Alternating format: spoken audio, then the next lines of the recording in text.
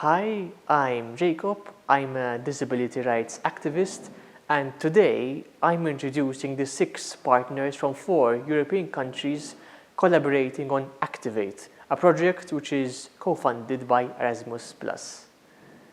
Leading the project is Malta's Directorate for Disability Issues, also known as DDI, within the Ministry for Inclusion, and which will be handling project management and coordination. KU Leuven, Belgium's largest university, is overseeing research and needs assessment and studying how to empower autistic youths as self-advocates. ImpactSci, a Portuguese organization that specializes in digital educational tools, is going to develop the advocacy school curriculum. The European Council of Autistic People, also known as UCAP, an umbrella organization for European autistic-led groups, will oversee stakeholder engagement and advocacy, focusing on our web presence and community outreach.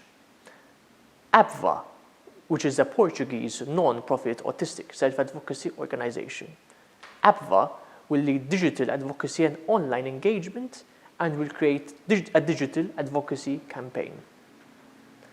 Finally, Malta's Commission for the Rights of Persons with Disability, also known as CRPD, is handling project communication and promotion, keeping everyone informed with content like this video.